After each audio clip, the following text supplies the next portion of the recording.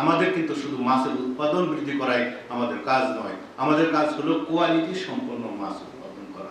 আমাদের ব্রহ্মপুত্র এবং যমুনা নদীর যে মাছ আছে এই মাছের মধ্যে মাইক্রোপ্লাস্টিক পাওয়া যাচ্ছে এবং ভারত, বাংলাদেশ, ভুটান এই তিন দেশের যৌথ গবেষণায় এই তথ্যটা উঠে এসেছে। আমার মনে হয় আমি যখন দেখছিলাম যে প্রকল্পটা কিভাবে সাজানো হয়েছে বা কি কি করা হবে, বা যখন ছবিগুলো দেখছিলাম আমার একটু খারাপই লাগছিল এই কারণে যে এই স্থাপনাগুলো এগুলো মনে হয় আমাদের জন্মেরও আগের তৈরি মৎস্য বীজ খামার বা যেগুলো। আজকে আমরা দেখেছি যে মাছের উৎপাদন বৃদ্ধি করব, ঠিক আছে, বাট আমাদের কিন্তু শুধু মাছের উৎপাদন বৃদ্ধি করাই আমাদের কাজ নয়, আমাদের কাজ হলো কোয়ালিটি সম্পন্ন মাছ উৎপাদন করা, যেটা আমাদের দেশের মানুষের জন্য প্রয়োজন, যেটা আমাদের বিদেশি মানুষের জন্য প্রয়োজন। বিদেশি মানুষের জন্য প্রয়োজন কেন, আমরা কেন উপলব্ধি কেন করি, সেটা হচ্ছে যে আমরা এই মাছ উৎপাদন করে যেন বৈদেশিক মুদ্রা বেশি পরিমাণ উৎপাদন আনতে পারি, অর্জন করতে পারি। এই কারণে আমাদের ম্যান্ডেট মৎস্য অধিদপ্তরে যেতে কোয়ালিটি সম্পন্ন মাছ আমাদের উৎপন্ন করতে হবে।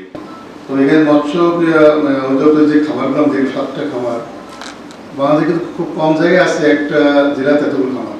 একনল হ্যান্ড ওয়াশ 100% প্যারাবেন ফ্রি, তাই নিরাপদ হাতের জন্য আস্থা রাখুন একনলে। মৎস্যের যে সম্প্রসারণ ঘটানোর উদ্দেশ্যে সরকারি মৎস্য খামারগুলো গড়ে উঠেছে, সেগুলো আমাদের এদেশের মৎস্যের ঐতিহ্যের ধারক ও বাহক।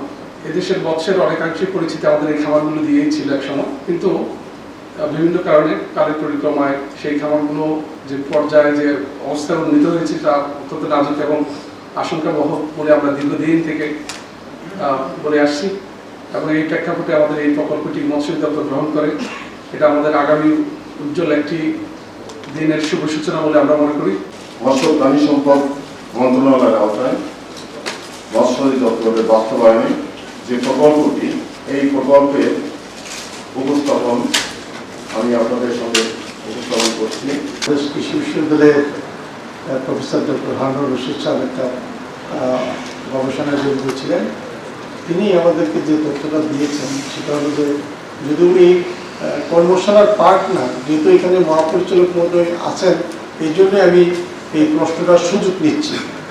সেটা হলো যে আমাদের ব্রহ্মপুত্র এবং যমুনা নদীর যে মাছ আছে এই মাছের মধ্যে মাইক্রোপ্লাস্টিক পাওয়া যাচ্ছে এবং ভারত, বাংলাদেশ, ভুটান এই তিন দেশের যৌথ গবেষণায় এই তথ্যটা উঠে এসেছে।